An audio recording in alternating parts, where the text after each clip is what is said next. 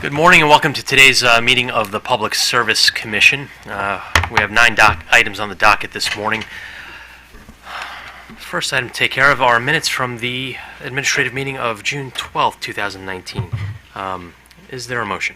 Mr. Chairman, I move we adopt the minutes from the June 12th administrative meeting. Thank you. All in favor? The minutes are approved. Madam Secretary, let's move to the consent agenda. Yes, Mr. Chairman.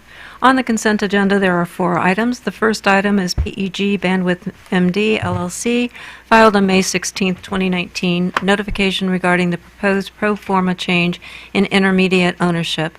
Second item is Hagerstown Light Department, filed on May 29, 2019, a revised tariff page to reflect the revised Maryland environmental surcharge rate and removal of reference to C-and-M from the current tariff page. Item 3 is the Potomac Edison Company, filed on June 4, 2019, revised tariff pages. The company proposes to revise the Maryland environmental surcharge rate as approved by the Commission. Item 4 is Joel Spies, filed on May 13, 2019, an application for certification as a geothermal heating and cooling renewable energy facility residential system. Thank you. Do commissioners have questions on any of these items? Seeing none, is there a motion? Yes, Mr. Chairman. For item number 1, I move that we note the transaction. For item number 2, I move we accept the tariff revision for filing with an effective date of July 1st, 2019, and accept the removal of individual net metering rate classes R-NM and C-NM, C-CM in the current tariff page from the Maryland Environmental Surcharge tariff page. For item number 3, I move we accept the tariff revision for filing with an effective date of July 1st, 2019, and grant the waiver of the 30-day notice period required by Public Utilities Article 4-203A.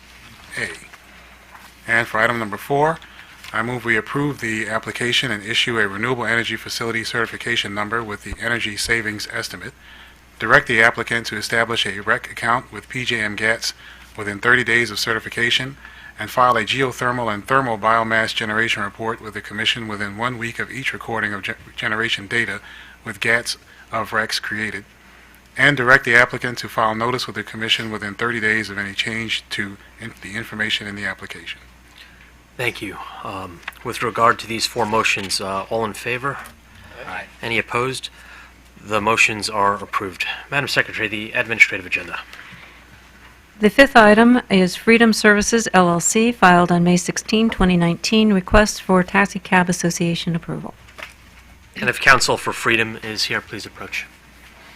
Good morning, Mr. Chairman. Kenneth Albert on behalf of staff. This item addresses a request by Freedom Services, LLC for authorization to operate as a Baltimore City Taxi Cab Association. Service will be available to the public 24 hours a day, 7 days a week. They will have 1 telephone line in addition to a computer system available for offering dispatch service. The primary focus of Freedom will be offering taxi cab services to individuals with special needs, including wheelchair-accessible vehicles that satisfy the requirements in COMAR. Staff welcomes the additional wheelchair-accessible vehicles that Freedom will be providing. All of the vehicles will be maintained at a location in Baltimore City and will be available for Commission inspection at the same location when requested by staff. There'll be 5 Baltimore City taxi cab permits that will join the association, and the association anticipates that additional permits will join in the future. Staff has determined that Freedom will be able to operate as an effective taxi cab association. Therefore, staff recommends approval of Freedom Services to operate as a Baltimore City taxi cab association. Thank you, Mr. Albert. The representative from Freedom Services, do you wish to make any comments? I wish that Public Service approves Freedom Services. Thank you. And can you please state your name for the record? Jennifer Stedman. Thank you, Ms. Stedman.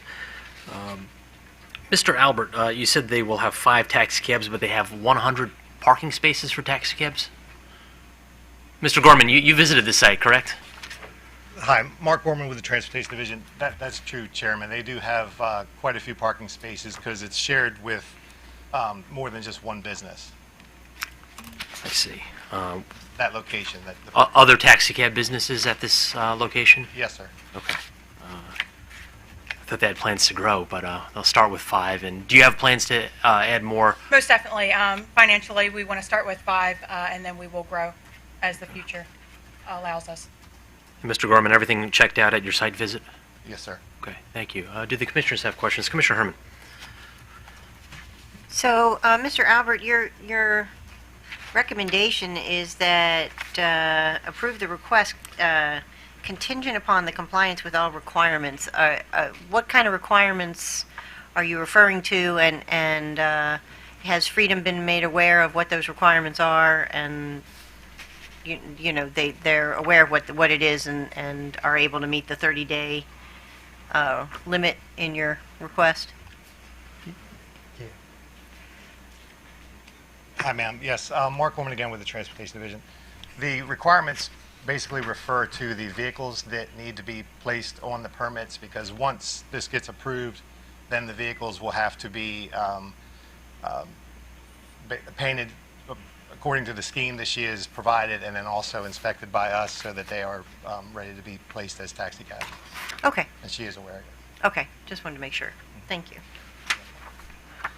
I was just interested to note that, okay, currently, Ms. Stedman has 60 taxi cab permits. Can those be transferred between vehicles, or is each permit assigned to a vehicle?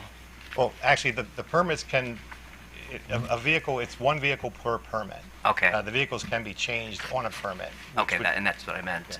So if you wanted to expand one part of her business, it would just be a matter of shifting permits, or It would would there basically be a matter requirement to of get her- new permits? I'm sorry, I didn't mean to cut you off. It would be a matter of her association accepting those permits, and as long as those vehicles are on those permits, then that would be, it would be acceptable. Great, thank you. Any additional questions? Is there a motion? Yes, Mr. Chairman, I move we approve the request by Freedom Services for authorization to operate as a Baltimore City Taxi Cab Association, contingent upon the association's compliance with all requirements established by the Commission related to offering taxi cab services in the state of Maryland within 30 days of the date of Commission approval. Thank you. All in favor? Aye. Any opposed? The motion is approved. Thank you. Item number 6 is Montgomery County, Maryland, filed on May 28, 2019. Request for clarification in case number 9449. Good morning, Commissioners. Chairman Michael Dean on behalf of staff. Items 6 and 7 are filings by Montgomery County and Prince George's County seeking clarification regarding the filing date for the annual report for the funds administered by the counties resulting from the merger of Alta Gas and WGL Holdings. Excuse me, Mr. Dean, are you also doing item 7? Oh, you Let me want call it. Separately? No, I'll call it. So also, item 7, Prince George's County, Maryland, filed on May 28, 2019. Request for clarification also in case number 9449. I'm sorry to interrupt, but thank you. Meyer. The following by Prince George's County also requests clarification regarding whether the funds may be used for weatherization and energy efficiency measures for the county-owned buildings. The Commission, by Condition 2 of Order Number 88631 and the Alta Gas WGL Holdings merger, required Alta Gas to provide monies to support specified energy efficiency, weatherization, safety, and education programs for Montgomery and Prince George's counties, and for the counties to file an annual report of the existing fund levels of the programs and expenditures. The Condition 2 did not specify a filing date for the annual report. The filings by the counties suggest that the filing be due 60 days after the close of the county's fiscal year, and to cover that period, with the filing due by August 29. Staff agrees that this would ease compliance costs for the counties, and for ease of tracking recommends that the filing date be specified as September 1 for each year for the annual report.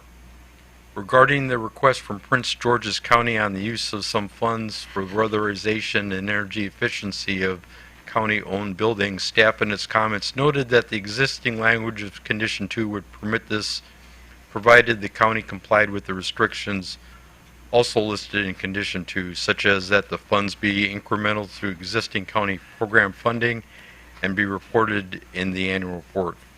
As such, no further Commission action would be required for this portion of that county's request. Staff recommends that the commission approve a deadline of no later than September 1 of each year for the filing of the annual report covering the county's prior fiscal year that is required by Condition 2 of Order Number 88631. And for Prince George's County, note that the request for clarification regarding fund purposes and find that no further action is required. And that latter part is a addition to the written staff comments. Thank you, Mr. Dean. Counsel for Montgomery County. Lisa Brennan on behalf of Montgomery County. I have no comments, but I'm here to answer any questions the commission might have. Thank you. Counsel for Prince George's County. Thank you, Your Honor. James McGee with Alexander and Cleaver on behalf of Prince George's County. I will note on behalf of the county, we do accept a September 1st deadline. It does make sense to have it be an easy day like that, so that's certainly appropriate. And we agree and concur with the summary that Mr. Dean said, and we're here to answer any questions you may have. Thank you. Do the commissioners have questions? Commissioner O'Donnell. Let me verify, Mr. McGee, you don't need any further clarification with regard to the funding of the weatherization program. If you do as what staff has suggested where you note it, then that's fine with me. I don't need anything further. Thank you. Fair enough, thank you. Seeing no additional questions, are there motions? Mr. Chairman, for item number 6 for Montgomery County, I move the commission approve a deadline of no later than September 1st of each year for the filing of the annual report covering the county's prior fiscal year that is required by Condition 2 of Order Number 88631. And for item number 7 for Prince George's County, I move the commission approve a deadline of no later than September 1 of each year for the filing of the annual report covering the county's prior fiscal year that is required by Condition 2 of Order Number 88631, and that the commission note the request for clarification regarding the use of funds as set forth in Condition 2B of Order Number 88631 and determine no action by the commission is required. Thank you. All in favor? Aye. Any opposed? The two motions are approved. Thank you. Item number 8 is Maryland Energy Administration, filed on April 30, 2019, request for instructions for how to return unspent balance to the Customer Investment Fund in case number 9271. Michael Dean again on behalf of the staff. Item 8 is a filing by the Maryland Energy Administration notifying that the Next Generation Energy Efficiency Gains Program has been completed and requesting to either return the program balance of funds to the commission or transfer it to the Net Zero Energy Schools program. In approving the merger of Constellation Energy and Exelon in 2012, the commission directed Exelon to establish a $713 million customer investment fund, of which the Maryland Energy Administration was awarded $3 million for a Next Generation Energy Efficiency Gains Program for training and consulting efforts to assist manufacturers in the Baltimore Gas and Electric Service Territory in implementing energy efficiency upgrades. The Commission in Order Number 87991 affirmed that funds in Customer Investment Fund approved programs may only be used in program elements contained in the program submitted to and approved by the Commission. Filing by the Maryland Energy Administration seeks to return the unspent balance of $3,198 or redirect it to the Net Zero Schools program. As discussed in staff comments, previous filings have indicated that the Net Zero Schools program is currently overfunded. As an alternative, staff recommends that the unspent balance be transferred to the Small Business Energy Advance program, which is a revolving loan fund used to allow participants in the Small Business Energy Solutions program to repay loans of their 30% cost share over a 12-month period for Empower Maryland work. Staff recommends that the Commission direct the Maryland Energy Administration to transfer the $3,198 from the Next Generation Energy Efficiency Gains Program to the Small Business Energy Advance Program. Thank you. Counsel for the Maryland Energy Administration. Good morning, Michelle Honig on behalf of the Maryland Energy Administration. MEA has no objection to staff's proposal. Thank you. Commissioner Richard. Well, so MEA has no objections then to moving the money into the small business program and not to the Net Energy Schools Yes, program? that's correct. Okay. Okay, well then I don't have any questions.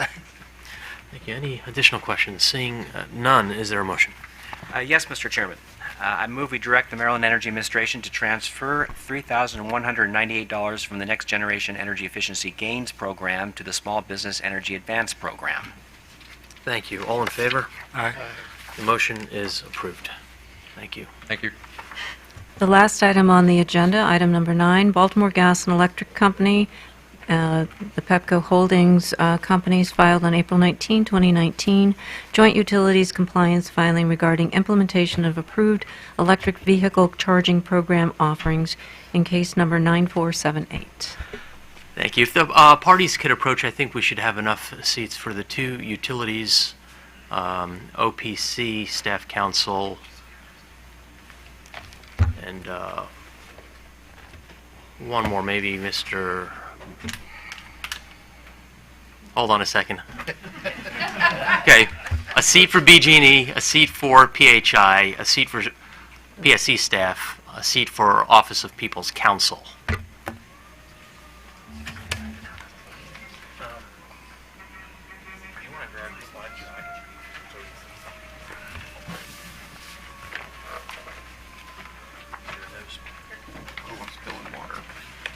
Then we have one more, Mr. Bugelmans, if you'd like to take a seat at the table. OPC doesn't have a seat. OPC needs a seat. I'll give you a seat. I'll sit back here. It's even better.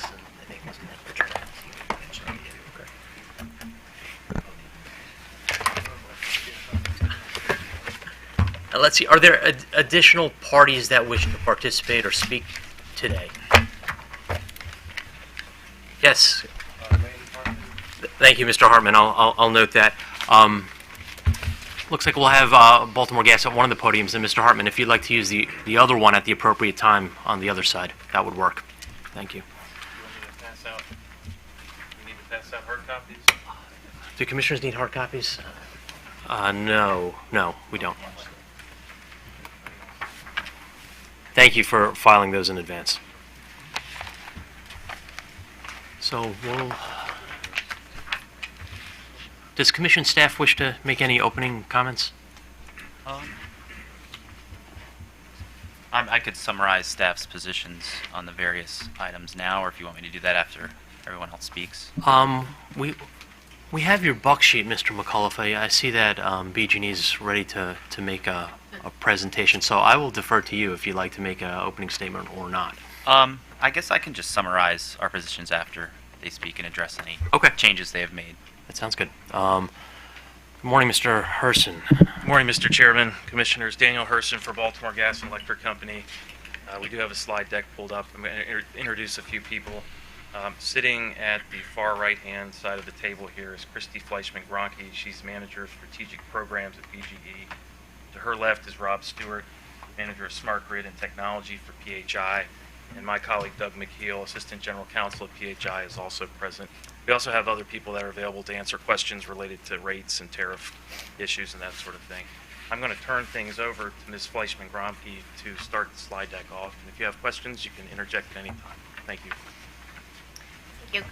Good morning, Commissioners, Mr. Chairman. We'll get started on the first slide. So I wanted to highlight some areas where BGE and PHI have collaborated on our implementation efforts.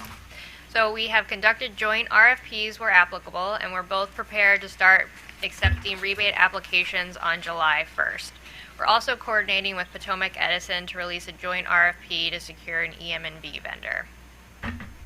For the utility-owned charger program, we also conducted a joint RFP for the equipment and network, and we will begin accepting government siting requests on July 1st. Last on this slide is our customer education and outreach. We've coordinated all of our outreach and marketing campaigns, and those have been run through the PSC EV Working Group as well as EVIC. If there are no questions on this slide, I'll go into more specifics on the next few slides. So slide 3, yes. Do you mind if the commissioners ask questions through your presentation? No, please do. Yeah, if you want to ask a question. Could you just maybe elaborate a little bit more on the customer education and outreach, the marketing materials reviewed by PSC, EV Working Group, and EVIC? Can you... Absolutely. Because some of the filings suggested that there might not have been a lot of collaboration or coordination, which you probably know is an important part of our order, that we were trying to promote that type of working to advance the state program together. So can you elaborate again how that... Absolutely. So we've attended all of the scheduled EV working group sessions that have occurred. Our marketing materials were due to the PSC working group on June 7th, which were provided, and the stakeholders were given 4 days to provide any comments, which we've incorporated into our marketing materials that will be available on July 1st. So we provided our website design, brochures, and different banners on the websites, social media campaigns, so screenshots of what we were envisioning of those materials looking like for the stakeholder comments. Okay, are you attempting to use the Maryland EV website at all in Yes. a coordinated fashion? Okay. So we have a link on bge.com and PEPCO and Delmarva.com for the EVIC website. Okay. To be clear, not the EVIC website, but the Maryland The Maryland EV, which yes. is an educational website and also is intended to bring all the various company incentives along with federal incentives, state incentives, and other types of programs in the state. So will customers in your education program be directed to the Maryland EV site? Yes, so we have a link on there, and we have a specific tab for what's called the incentive stacker. So it'll list all of the possible incentives throughout, federal and state availability on that tab as well, which will link back to marylandev.org. Okay, so There it will is, be 2 places where they can access it. okay, but since you've already talked about the advertising campaign, are you going to be mentioning and talking about the marylandev.org website? And part of that was, I think, again, the order explicitly stated we wanted to make sure Marylanders were not confused at all. There is a state program, and EVIC was designated as this leader of that program, and they were, in charge of putting together an education program and all the types of communication. So if I'm in the car driving between Fort Washington and Baltimore, and I'm hearing advertising, well, I know to go to the maryland.org site to learn what's available to me where I live. Right. So all of the BGE specific material points you to our website, which is where we have the references to marylandev.org. We have no planned commercials at this time, just social media and online presence. Okay. All right. And I think that's all for now. But you have worked with EVIC then? Yes, absolutely. On this, and they're okay with Yes. the approach you're taking. Right. We've attended all the EVIC meetings, as well as EVIC has a separate communications board that meets that we're also a part of. Okay. Thank you. Commissioner O'Donnell.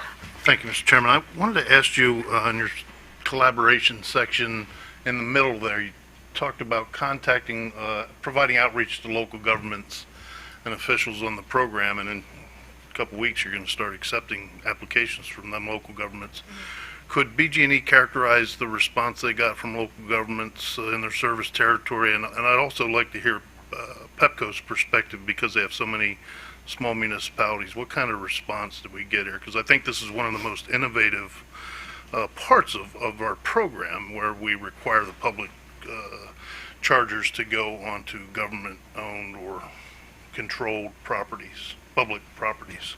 So I'll start for BGE. All of the counties that we've spoken to are extremely excited for this program. We've provided them the heads up that the program will be launching on July 1st, so they can secure internal approvals that they may need to apply. We expect to be fully subscribed on our programs fairly quickly. The excitement is definitely there, and we expect a lot of applications starting on July 1st.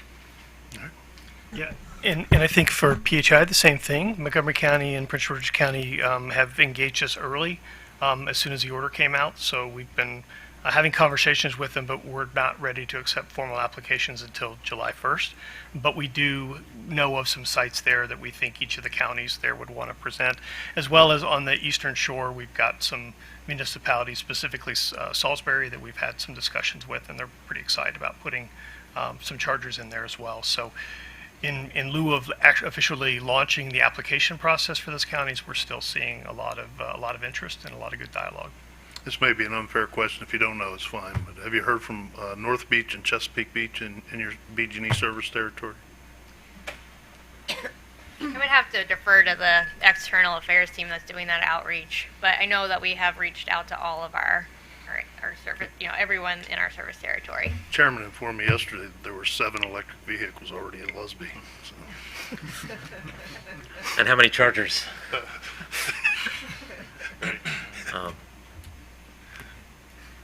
Okay, please proceed. Thank you.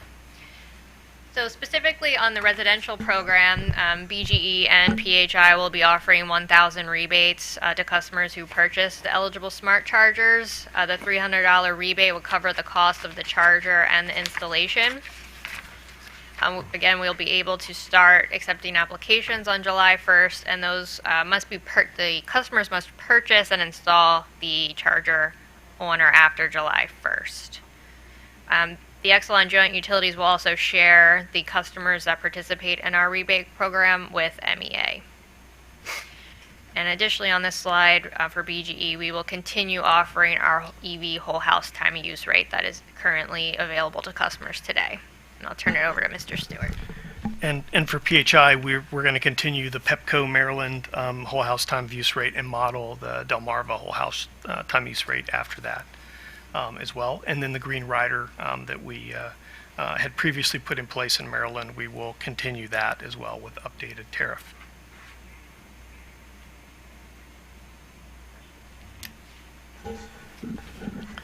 So, Mr. Stewart, the Green Rider's already available on residential rates, and you're just adding it to this rate? Is that what you're saying?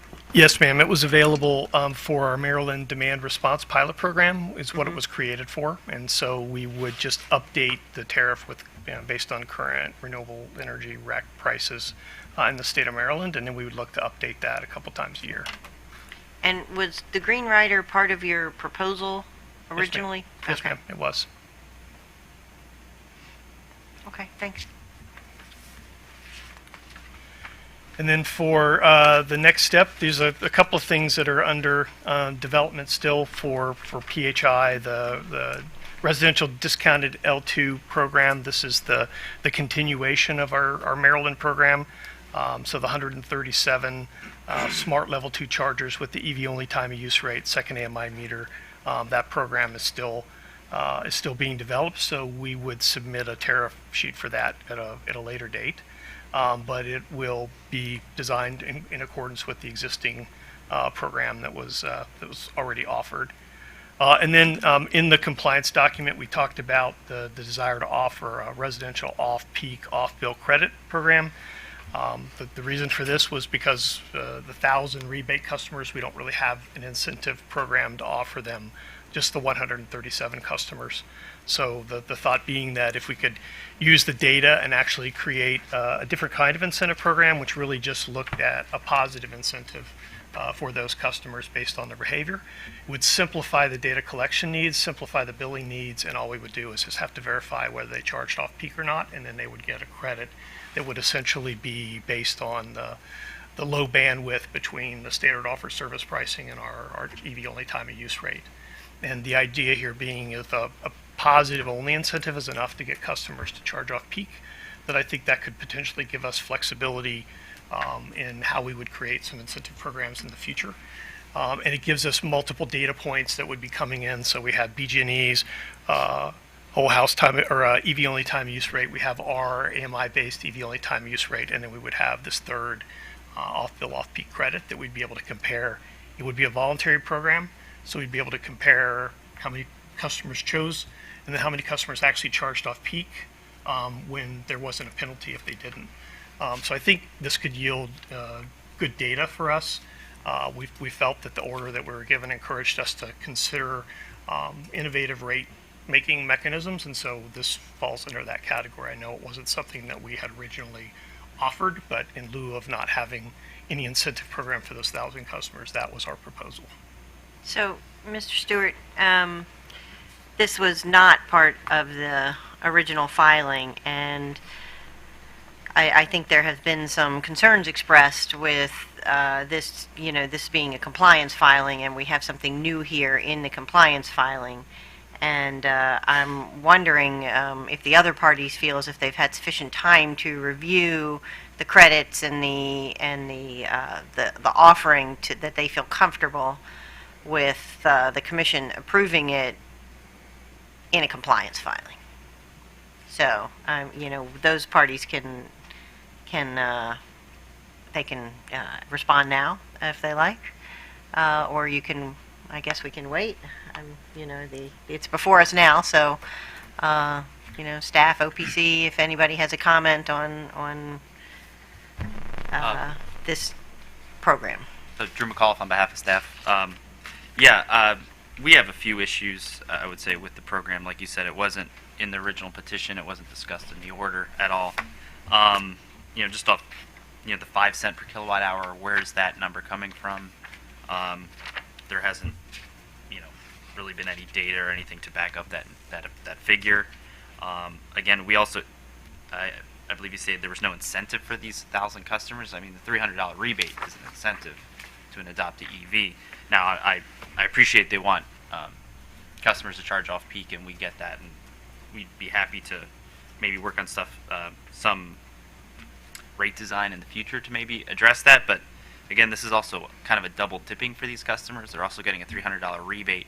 I believe Pepco in their filing stated that these customers, with their estimation, would get $20 a month in the off-bill credit. So that would easily add up, to $400, $500, $600 over the life of the pilot. So again, that's on top of the $300 they're already receiving for the rebate. So I mean, just those two issues off the top of my head were pretty important to staff. And in your order specifically, stipulation 17 said that all other components of the petition and the EV portfolio not expressly approved are denied. So again, as you stated, this is a compliance filing. It kind of came out of left field, and we didn't really have a lot of time to analyze it. Mr. Raker? Yes, Mikhail Raker on behalf of the Office of People's Counsel. In direct response to your question, Commissioner, more time would certainly be necessary to review this. We agree with the concerns aired by staff. And a couple of other points. The Commission itself noted that it would entertain creative rate design and bill credit proposals, but specifically also said that such proposals would warrant further development and evaluation. The utilities do note in their responses that these programs are cost effective, but no information has been provided as to substantiate that specific reasoning. We also note privacy concerns, or continuing to note privacy concerns with this type of offering.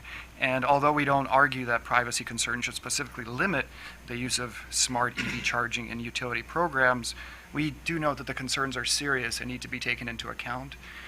In their initial compliance filing, there was no mention of any consideration for these concerns. The utilities briefly responded to this in their response, but still we feel that additional clarity is warranted, especially when customer information is provided to a third party, and it's unclear that it'll be provided through the utility or through the EV charger implementer. So there's still a lot of transparency that's necessary. Okay, and Mr. Stewart, how does this, if you're going to offer an EV-only time of use rate, why offer an incentive to charge off peak? Doesn't a time of use rate provide an incentive to charge off peak? Yes, ma'am. For the 137 customers that we would be applying the approved EV-only time use rate to, it would. For the 1,000, and I wanted to just clarify that there's a difference between a rebate and then the off-peak incentive. So the rebate doesn't get the customers or encourage the customers to charge off peak. It just gets a charger installed with them that's got the intelligence that we could communicate with and get the data from. But for our purposes, this is really about encouraging them to charge off peak. And so that's why we've offered that. So I want to be clear that the rebate itself gets us a smart charger. The incentive is what we think will encourage those customers to charge off peak. If given no incentive, then they have no reason to not come home and just plug in when they get home, which is coincidental with the system peak. And so all along, that's been our interest in this, is trying to get those residential customers to charge off peak so that we can relieve any potential congestion that we might see locally at the residential transformer level. Okay, thank you.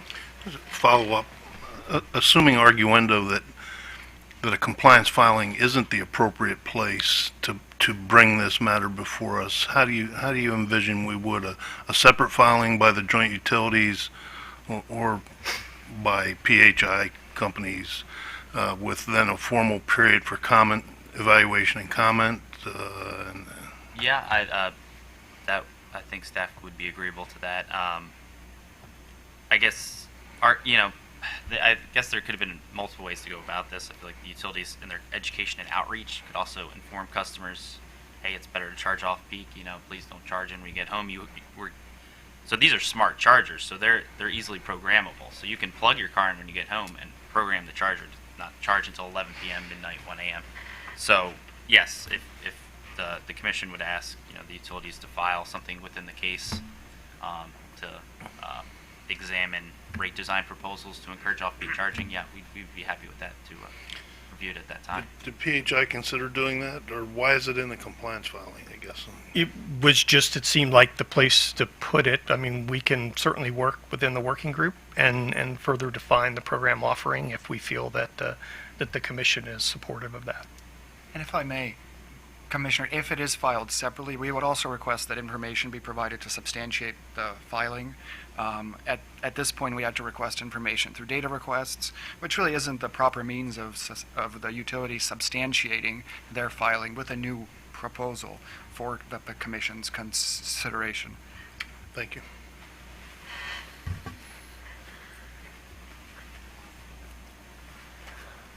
Okay. So the non-residential programs, I think there's alignment here as well. We can talk about that for the MUD rebate program. I think BG&E has 700 and PHI is 250 between Pepco and Delmarva for MUD customers. I think the incentive program for PHI was that we were looking at L2 chargers for this, and I think BG&E is considering the potential for L2 and DC fast chargers, so there's a little difference in our incentives as a result of that. But I'll let Christy talk about the BG incentives. Ours was, as approved, 50% of the cost of the equipment, up to 2 level 2 chargers per site, and 100% of the cost of the installation up to a cap of $7,500 would be what our incentive would be looking at. This would be chargers that were purchased and installed on or after July 1st to be eligible for the program. We'll share, similar to the residential, we'll share the applicants and the folks who receive the incentive programs with MEA, and the rebate applications would be available also starting July 1st. Mr. Stewart, just to be clear, BG&E it's a rebate program, whereas the PHI utilities is a cost-sharing program? Yes, sir. Okay, all right. The title is a little confusing there. Okay. Okay, so it's a BG&E rebate, not PHI. Right. Okay. So, Mr. Stewart, how are the two companies for BG as well? How are you finding the multi-unit developments? How are you reaching out to them to make them aware of the program? Well, I think we're still working on the methodology for the applications. I think we're reaching out to them through our government affairs. We've talked about reaching out through AOBA to get to the property managers so that we can get the appropriate information. Our marketing plan is looking at how we would target those markets. I don't know if Christy wants to add to that. I have nothing else to add. I would say that the charging manufacturers that we've been in discussion with also have relationships with a lot of these multi-dwelling units that they also are doing outreach and will promote their chargers in these locations as well. Another question? Okay. Next slide is the utility-owned public charging network. So BGE will install 500 charging stations, 250 for Pepco and 100 for Delmarva. As we discussed earlier, we will begin accepting applications from the government sites on July 1st. We're proposing a market-based rate for the customers using the chargers. If you could just bring your microphone a little closer for the viewers on television. I believe that's also, my last statement was that we will provide a market-based rate for the EV charger drivers that charge at our stations. And then I think for PHI, the only difference is we filed in our application, and the compliance document is the Green Rider that we've developed will have that part of the tariff, so that when customers use those chargers, the Green Rider will be embedded in that, so it'll be, in essence, carbon-free charging on the PHI chargers. And I suspect you'll be marketing that benefit, the Green Rider benefit, to those who use the Yes, sir. PHI chargers? Yes, sir.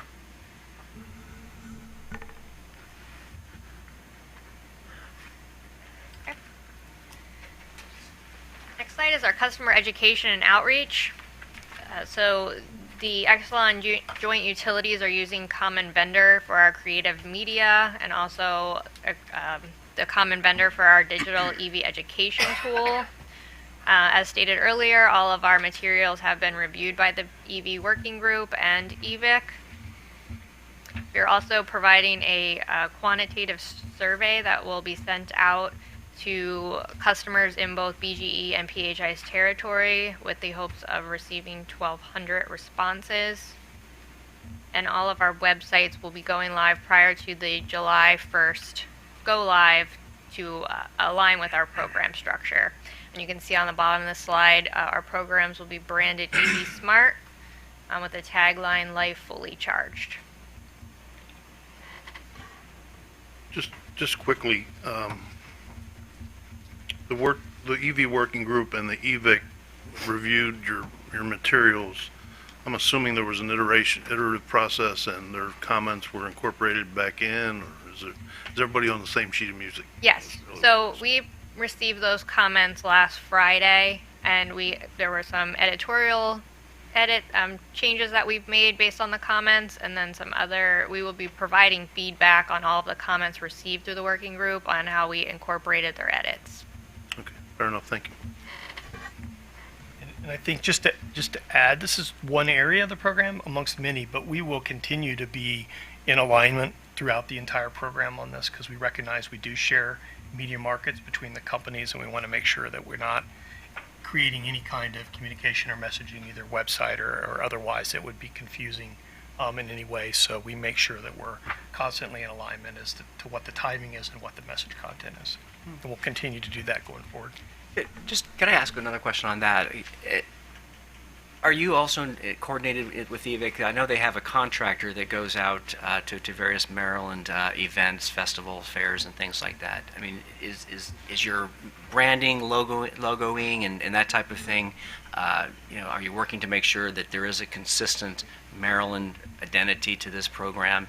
And is there any work between your education tool vendor and the vendor that's doing the MarylandEV.org website? I just want to find out how tight that coordination is. So actually, BGE, PHI are using the same vendor as EVIC. Okay. So that's ICF for the creative material, so we are using the same vendor.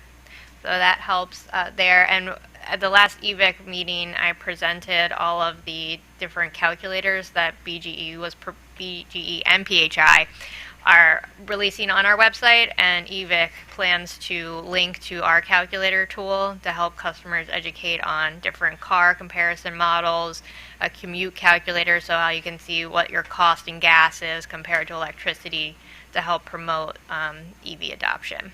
Great. Well, thank you. I'm really pleased to hear that. I was a little concerned when I read MEA's filing that there might not have been this type of communication. So what I'm hearing today is maybe that has improved since MEA filed, perhaps. I don't know. MEA is not here today, We've been in communication since the order came out in January, and all meetings and coordinating our efforts. So it might have just been a miscommunication with MEA. Great, thank you. And BG&E and PHI are both members of EVIC, so we attend all of the meetings as well for coordination there. Great, outstanding. Okay, and this is our last slide. So the few different riders and tariffs that were included in the compliance filing is what we're here seeking approval for today. Approval of these riders and tariffs would support our July 1st launch date. Mr. Stewart, with respect to the Delmarva whole house time of use rate design, where there were some concerns that you were using Pepco data and whether that was appropriate or not, and in your comments you say that you're going to use what you have, but you're going to check out Delmarva, see if it's different. How are we going to know, or how are the parties going to know that that's been done and the results of that review? I might defer that to our rates person. Hang on a second. Yeah, sure. Peter Blazunas. Hi, Peter Blazunas. I'm the manager of rate administration for Pepco. So we're going to redo the analysis specific to the Delmarva zone. We're looking at about a 6 to 8 week timeline, and what we could do is informally submit the results to the different parties. And our thinking was if they result in a material difference, we could then propose updated ratios for the on off-peak prices included in this tariff. So you'd make a filing if it did result in anything that was different? Correct. Okay. I think that's a good idea. I don't know that we necessarily have to have a formal filing, at least on my behalf, on my part, but I think it's important if you're going to run the analysis that everybody knows about it and what the results are. Absolutely. Okay, thank you. Thanks, Peter. Yeah, Mr. Stewart, just to be clear, the 5 cents per kilowatt hour incentive that we talked about earlier for off-peak charging, is that incorporated in one of these 4 proposed riders or tariffs from PHI? I think it is the EVCP rider. I think includes the off-bill, off-peak credit. Okay, so we need to, So you could, depending on what we decide, we need to take account of that. yes, sir. Thank you. Okay, does that conclude your presentation? Yes, it does. Thank you. Okay, thank you. Could I ask the staff a question, and maybe also OPC? I didn't jump in quick enough on the questions asked about the off-bill feature, or I guess proposal. I just wanted to just understand, was this an entirely new program that you that you had not considered before? Yes, yeah, it wasn't discussed in the original petition, so therefore it wasn't discussed in the order. So yeah, this was new. Had it been discussed before at Not the work that group order. level? Okay. What additional information do you think the commission would need to make that decision today? I mean, It seems pretty straightforward, and it seems Yeah. to be somewhat consistent with what we were asking for creative rate design, and it does promote the use of the smart chargers. In fact, it actually incentivizes people to use the features of the smart chargers, and I think in a very innovative way. Right. So, well, I mean, first off, I knew cost of the program was a huge issue with the original petition. Obviously, this isn't a free program, so some sort of cost-benefit analysis. Where is this money coming from? And then again, you're giving benefits to the same customers again. I mean, maybe if they offered this to customers who didn't receive any rebate, I guess staff may be agreeable to that. Again, we'd have to have a lot. I mean, there could be other options too. So this is just one option to get customers to charge off peak. Like I said, you could easily, just in your customer education and outreach, really, drive that point home that, it's better to charge off peak. You could use environmental reasons, et cetera, et cetera. But again, it's kind of double dipping with these same customers. Again, it kind of came out of left field. Where's the 5 cents coming from? I know I'm kind of repeating myself, but and like I said, there could be other options that maybe staff and utilities could work out for rate design issues. So, example, Potomac Edison, they've filed their compliance filing. We'll be hearing that in a few weeks. But they did a similar off-bill credit, but it's net off-bill credit. So how they determine that is if you say charge 50 kilowatt hours on peak, 50 kilowatt hours off peak, you get no credit. If you do, say, 50 kilowatt hours on peak charging and 100 kilowatt hours off peak charging, you get a credit for 50 kilowatt hours because there's 50 kilowatt more off credit than 50 kilowatt hours of charging off-peak as opposed to on-peak. Okay. That could be a different way. So that would limit the cost as well, instead of just giving all off-peak charging a credit. Okay, so staff would prefer to have that additional analysis before we actually acted on. And Potomac Edison's, for example, I believe they said 4 cents a kilowatt hour. So where are these figures coming from? And for OPC, you To add talked and about just privacy. reiterate to that, right, so we would want to ensure that the privacy concerns are taken into account, or... And I wanted to ask about the privacy concerns. Didn't we already speak to privacy concerns in the order when we suggested that if someone was going to sign up for an incentive, that they had to make that information available, that they were required to again, use all the features and therefore provide the information. So isn't that an already decided issue on what might be considered a privacy? So the utilities note in their tariffs that the customer agrees to make that information available to the utility. From a customer's perspective, it's unclear that that information will then be shared with a third party as this third party administrator of this off-peak rebate program. So at the very least, that information should be made available to the customer if they choose to sign up for that information will then be shared with a third party provider. That's one issue. Another issue... It's not... So a person doesn't have to sign up if they're concerned about privacy. So isn't that a decision they've already made? They want to participate in the program, and isn't that a decision the Commission's already made, saying if you participate in the program, then this type of information needs to be made available? Well, from our understanding that at this time it's made available to the utility for data collection purposes. From a customer's perspective, I don't think it's necessarily clear that the utility will be sharing that information with other parties. And certainly signing up for the off-bill, off-peak credit is voluntary. Okay. Well, a lot of utility programs are administered by vendors, aren't they? I mean, in Power and other places. So it's not unusual for utilities to work with vendors, and I don't think that there have been any significant concerns to date, have there, that we should be aware of, and how vendors have handled like all the AMI data that's being collected now? Nothing comes to mind at the moment, but at the very least we think that it should be addressed and noted that those concerns are taken into account and will be reflected in the contracts or other vendor-related negotiations.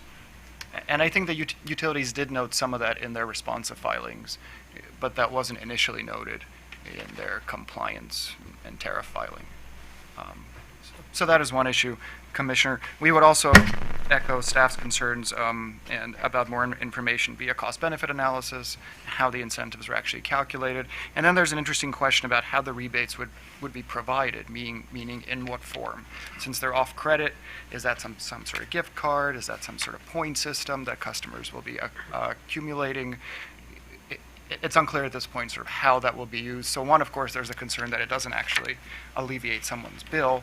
And then if, to the extent they are provided off bill, how will they actually be able to be used by the customer? Okay, thank you. Does the utility wish to respond? I see Mr. Stewart and... I think we've got a couple people lined up here, and I think the intention is we talked with a couple of vendors. We haven't really engaged anybody through an RFP until we were able to get the permission to move forward with this program, obviously. But we do understand how the mechanics of this can work. I think you highlighted is a vendor relationship.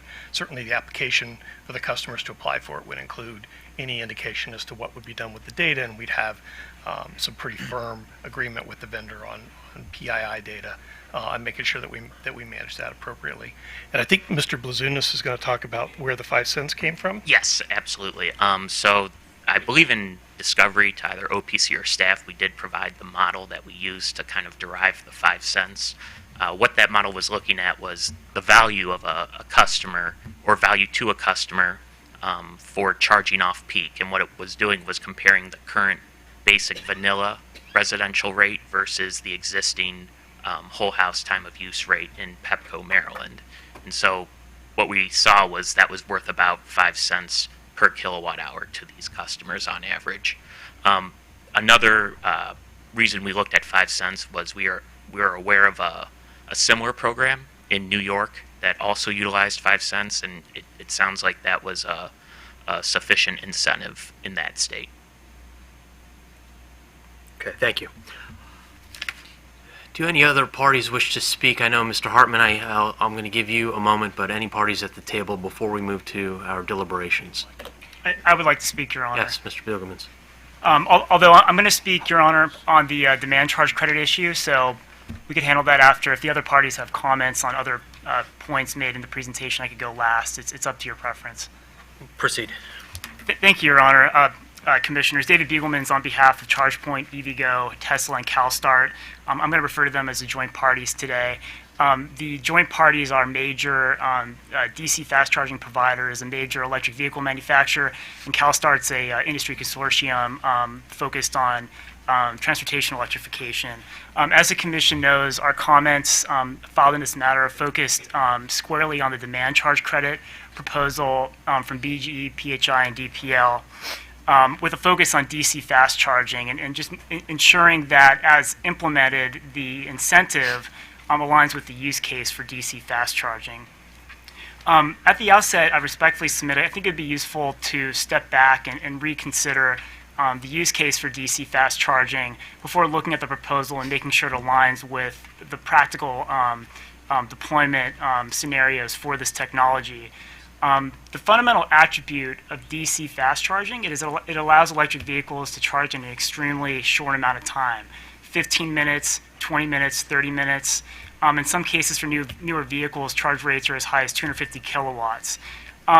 What this does is it allows EV owners or folks who are looking into buying EVs to engage in long-distance travel. They can stop, charge on the way to a destination, and then once they're done, within 15 minutes, they can grab a cup of coffee and continue on their way. For this reason, DC fast charging is, I think, recognized in the industry as a key component in creating parity between electric vehicles and internal combustion vehicles. So it's very important to the joint parties in particular. From a market barrier perspective, just to recap, the issue with DC fast charging infrastructure today is that they require extremely high electric demands just because of the output into the cars to charge quickly. But combined with low EV deployment, you have extremely high load factors, and so that impacts the economics of these installations. And it's our understanding that the demand charge credit was designed to address this market barrier. Again, recognizing the use case for these installations, which should be installed in locations where, let's say you're on your way to the beach, or you're on the way to Western Maryland, or you're driving around town and your battery's low, you can charge for 20, 30 minutes and then continue on your way, not as a final destination charger. Our concern with the utilities proposal is that they've explicitly, at least what's been filed today, which in a way is more of an interim compliance filing because they still need to file their tariff, which I suppose will be before the Commission at some point soon. But the language here limits the credit to multi-unit dwellings, workplaces, and fleet customers. Our concern is that if you look at the deployment of DC fast charging, both in Maryland and across the country, and including in jurisdictions where there are jurisdictions that have addressed this demand charge issue for DC fast charging, you almost never see DC fast chargers installed in these locations. The typical location for these chargers are along major transportation routes or in population centers. Again, these aren't destinations where people go. You don't use them when you charge at work. You use them when you're going somewhere else. You charge quickly so that you can continue to a final destination. It's not a perfect analogy, but one way to view this is DC fast chargers are in some ways the replacement for gas stations for electric vehicles. Again, because you don't go to a gas station just to go there. You go there because you need to fill up quickly and then continue on to your destination.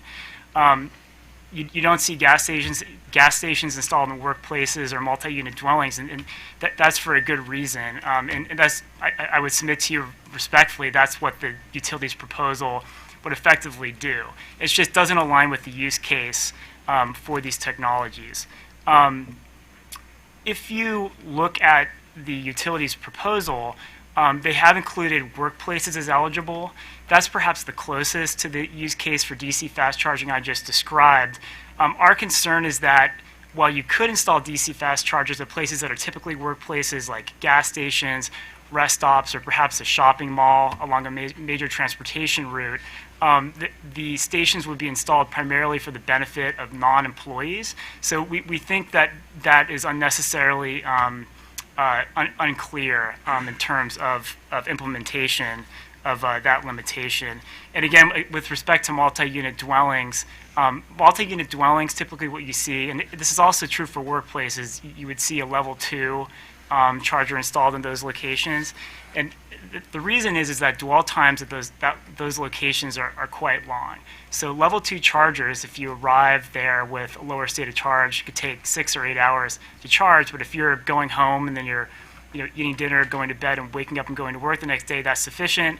If you park at work, you're going to be in the office all day, that's sufficient as well. So it makes sense for that lower cost technology to be deployed in those locations, but not this more expensive and complicated DC fast charging technology. Mr. Bilgemans, could I interrupt you? Correct. I agree with a lot of what you're saying, and the analogy as an EV driver is apt. I stop at a EVgo fast charger to tank up, and 30 minutes later be on my way. But this is a compliance matter that we're addressing today. Why did your parties not seek rehearing or clarification on this point, or initially raise these points when the commission was drafting its moving towards its order in January? Sure. So there's a few reasons for that. I think from their perspective, the use case for DC fast charging is so clear that, well, if you look at the petition, there was some language about workplaces and multi-unit dwellings, but I think they perceived it as so clear that DC fast charging doesn't make sense in those locations in most cases, that they assumed that as implemented, that's not the direction the program would go in. I think also if you look at on page 105 of the original petition, it's the sample tariff from BGE. I think it's clear. I mean, it says the rider is available to non-residential customers on schedules G, L, and P. So I think arguably it's clear that originally this is intended to apply to all non-residential locations, but perhaps there is some a lack of clarity in the petition and the order. Joint parties obviously had an opportunity to seek rehearing when that did not materialize in Commission Order 88997. That being said, in the June 10th reply comments of joint utilities and joint parties, they committed to examining this issue in future EV workgroup meetings. Is that something that your clients take any degree of comfort in? I think it's clearly better than nothing, Your Honor. I think what is true, if you look at the purpose of this proposal, it's supposed to be a time-limited incentive. It's supposed to be available for essentially 30 months or until sort of a date certain. It's supposed to address the issue with high demand charges when there's a low deployment of EVs. Respectfully, we think time is of the essence. So I agree, and again, this is essentially, I think you could call the compliance filing here, at least with the demand charge credit issue, as an interim step, because there still needs to be a tariff filing. We'd be happy to speak with and work with the utilities to clarify this, but we think time is of the essence. So if there's any way we could get it into the tariff filing that's forthcoming, I think that would be the best way to go about it. Just my position, I think it would be difficult to do to latch onto this compliance filing to make that argument. Let's go to your second argument, which is that existing chargers that are already installed, investment decisions have been made by EVgo or ChargePoint or Tesla, and assume we do go forward with a demand charge credit for these non-residential chargers. How do you see our order envisioning applying ratepayer funds to existing infrastructure? Right. Well, I think that there's 2 points that the commission can consider. I think that the purpose of the program of this portfolio generally is to incent the deployment of EVs in Maryland. So if the demand charge credit was available to existing installations, clearly that would change the economics for those installations. And as EV owners know, in most cases for DC fast charging, there's a cost associated with it. It's not a free service, so it would put downward pressure on rates potentially, and then I think help in terms of consumers making a choice between different kinds of vehicles. It would help balance the equation one way towards EVs. I would also submit to you that I think there would be a benefit to uniformity in rates across the state. I think it would be potentially confusing to consumers if within the same utility service territory the rates are different at different chargers. To them, they wouldn't understand that it's just because of when this program became available. Thank you. I know I interrupted your presentation, so if you'd like to continue. I think we covered most of the ground I wish to cover, Your Honor. Again, this is a very important issue to the joint parties. We're just trying to make sure that this incentive aligns with the use case for DC fast charging. I'm happy to answer any other questions from the Commission, and thank you for your consideration. Thank you. Commissioners have questions of Mr. Bugelmans or the joint parties? Okay. Mr. Michael, did you wish to speak? No. No. Mr. Hartman, would you like to... Mr. McAuliffe? I think you wanted to speak. Just a couple of additional... Sorry, Mr. Hartman. You're next up after Mr. Raker. Thank you, Mr. Chairman. Just a couple of additional items which I don't think we specifically covered. One, and which we did note in our comments. One, the applicability of the residential rebates. Like staff, we believe that the rebate should be limited to 50% of the cost of just the L2 charger, up to $300. And we think that this is in line with the intent to incentivize the purchase of the smart L2 charger through the residential rebate program. And we also think that this may alleviate MEA's concerns about the possibility of the rebate exceeding the cost of the equipment. Second, we'd also like to reemphasize our concerns about PHI's second residential rebate program. That would be the one, bullet point 1 on slide 4, residential discounted L2 EVSEs. We question whether this is in line with the Commission's intent to cap the residential rebates at $300. Currently, based on the 137 customers that this would be applied to, the amount per customer comes to over $5,000. And we also question the additional benefits that this program would provide for such a large-scale cost, if indeed that the Commission does move forward with that. We think that if the company agrees to provide within 68 weeks additional information about DPL's whole house EV time of use rate, that would alleviate our concerns there.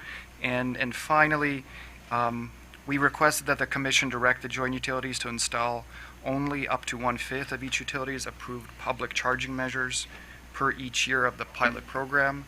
We continue to think that that should be something that the Commission should consider specifically for the public charging program. It'll ensure that the market is able to respond to those installations on a yearly basis, and it may also ensure equity. Over an extended period of time, there'll be more opportunity for the stations to be placed in geographic and income diverse areas. And with that, I'm happy to answer any other questions. Thank you.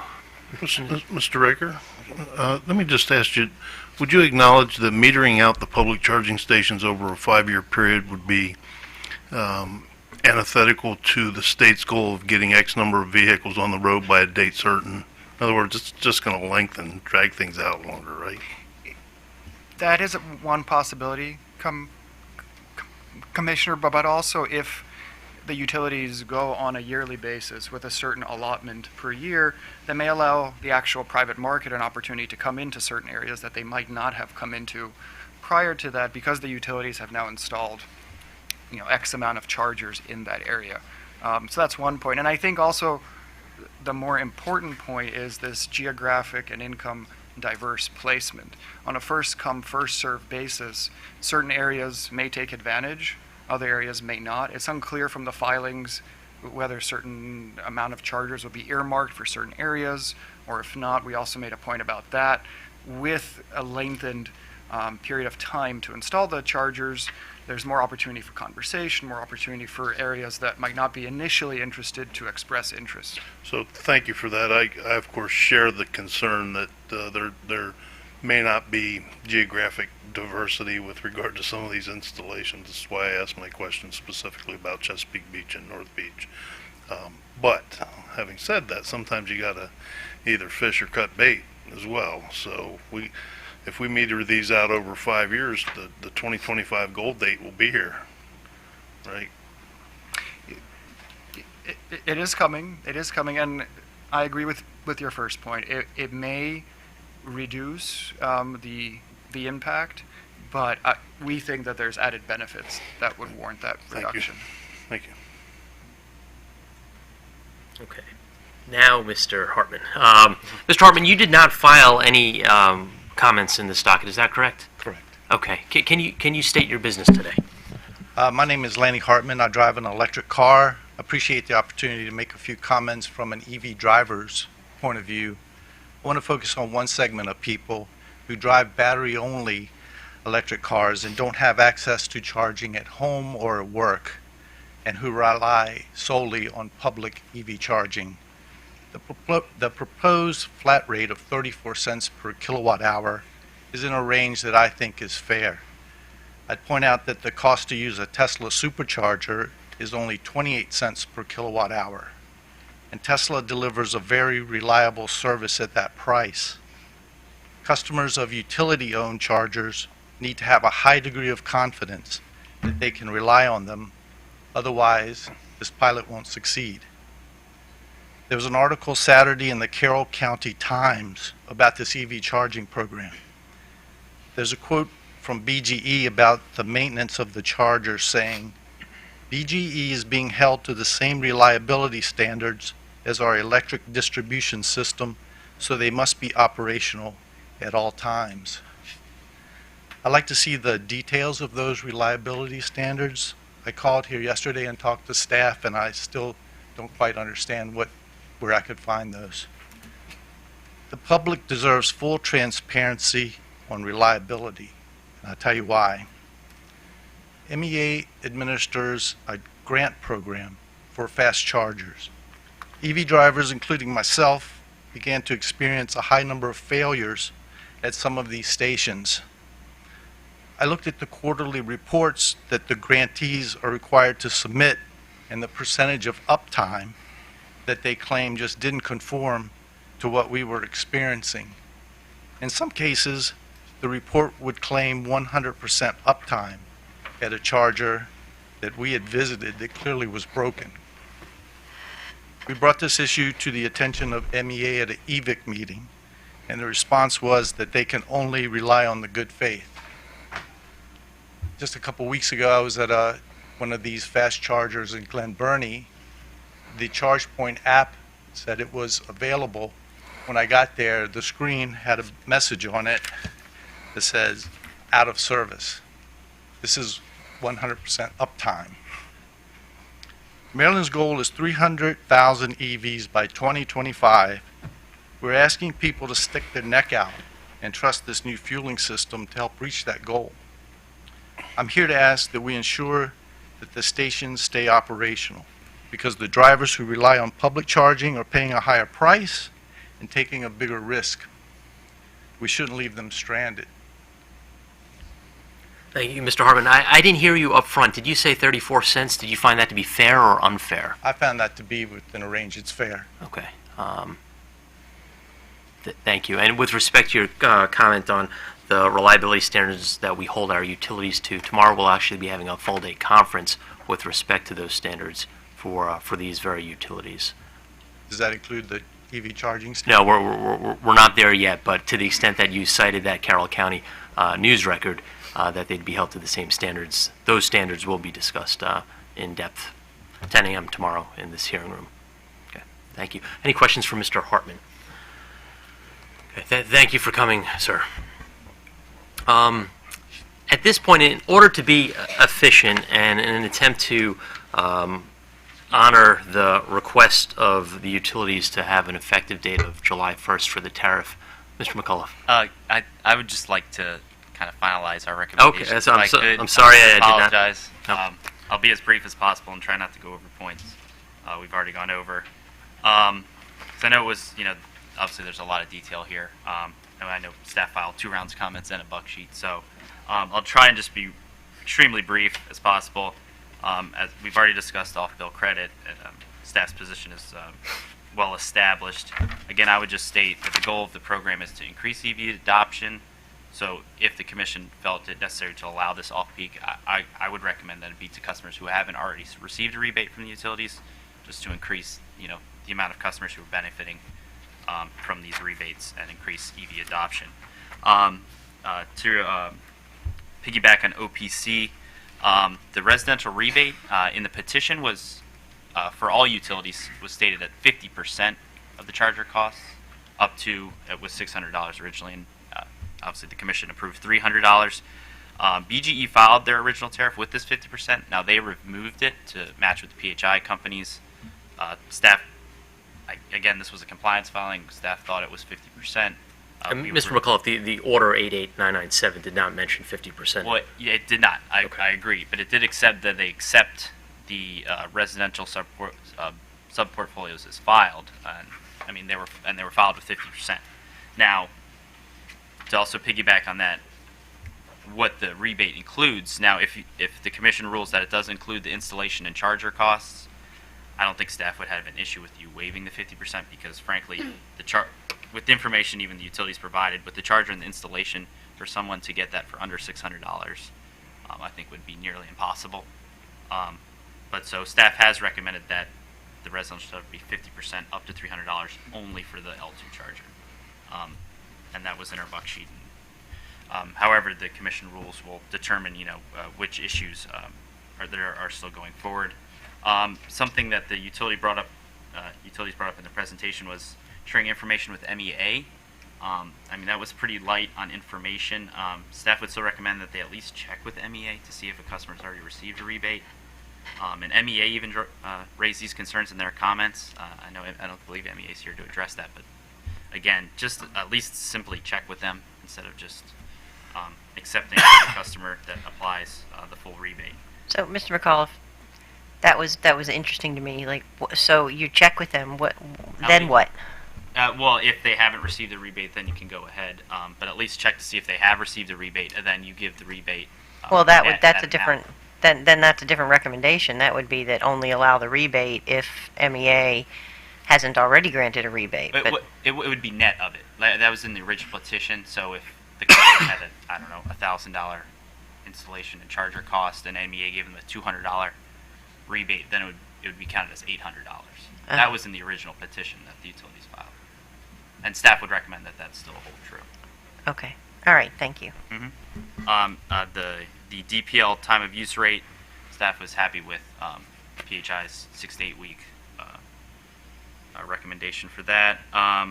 With the Green Rider, as PHI noted, it's mandatory for public charging stations. Now, staff would like that. They have listed it in the tariff in reply to our comments, but it still isn't on the same page as the public charger rate. Staff would. They make a cross-reference, don't they, to what page to find it on? I believe so, but I guess, I mean, if the commission rules that's sufficient enough, but I mean, I would recommend that it be on the same page. It's a little, just to be more transparent, to say, hey, it's 18 cents plus this 1 cent for L2, 34 cents plus this 1 cent a kilowatt hour for the Green Rider. For the geographic diversity, staff is working with utilities for these on the template for the semi-annual filings.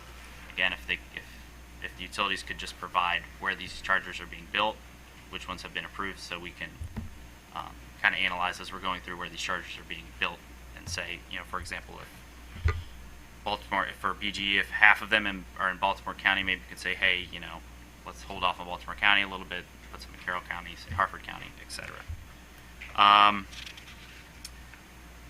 The MUD rebates, for example, I don't believe the PHI companies listed the maximum rebate in their tariff.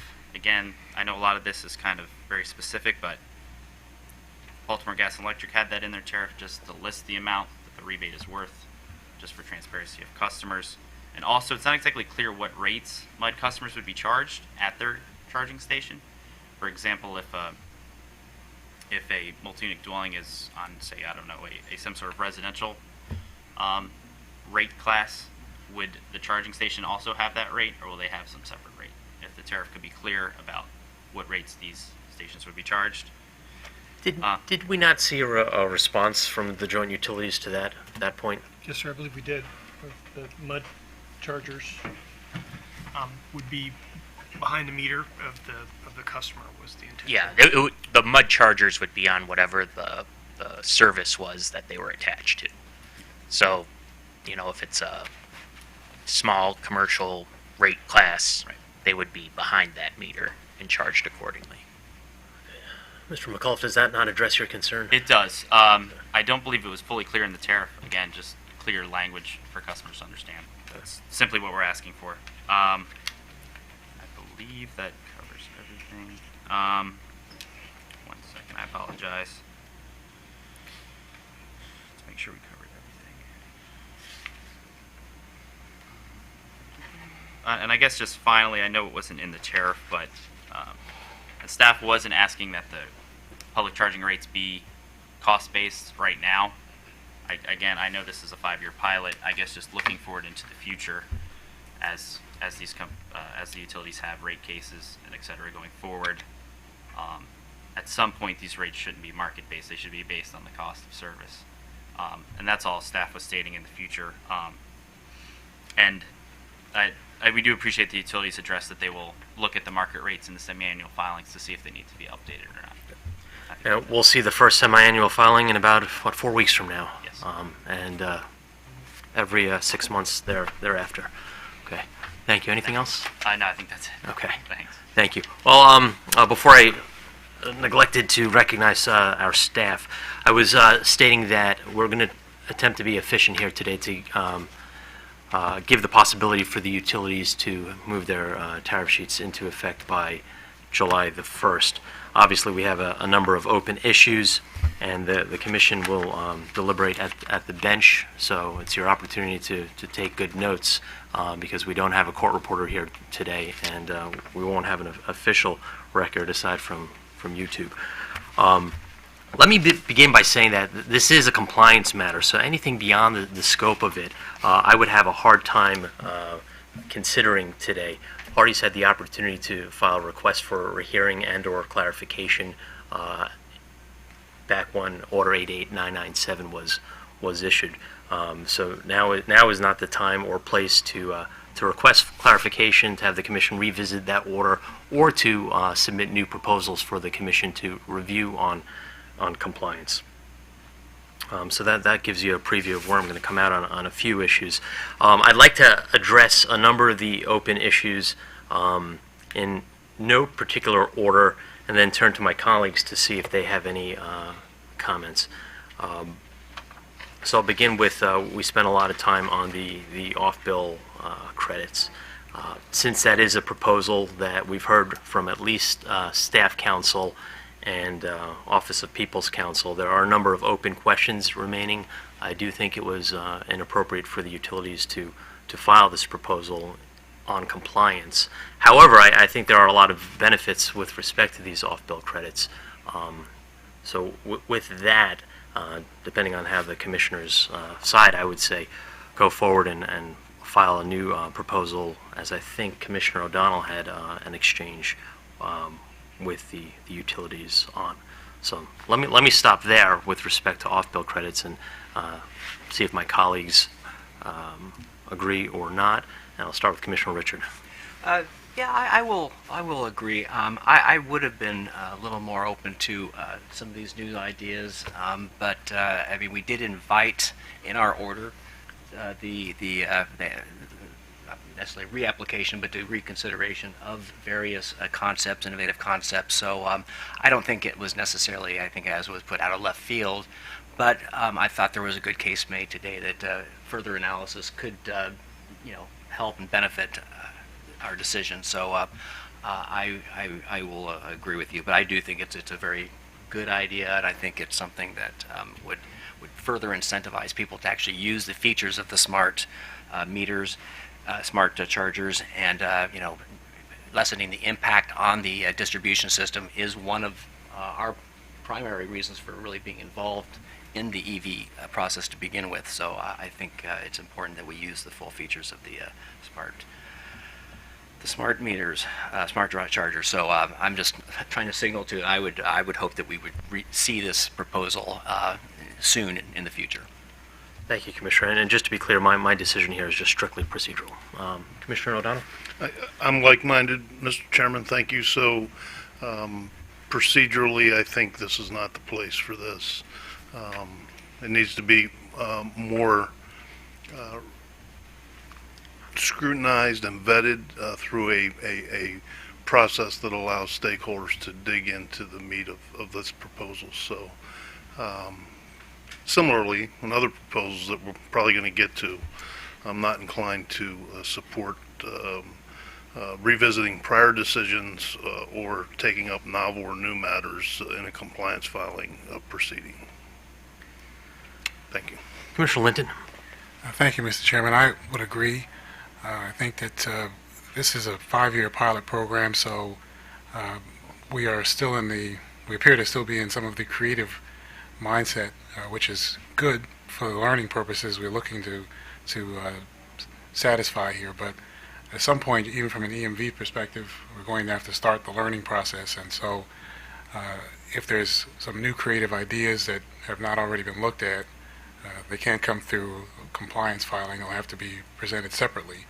But even at some point, we're going to be at the end of even accepting new ideas, and we have to start with the learning from this pilot. So, thank you. Commissioner Herman?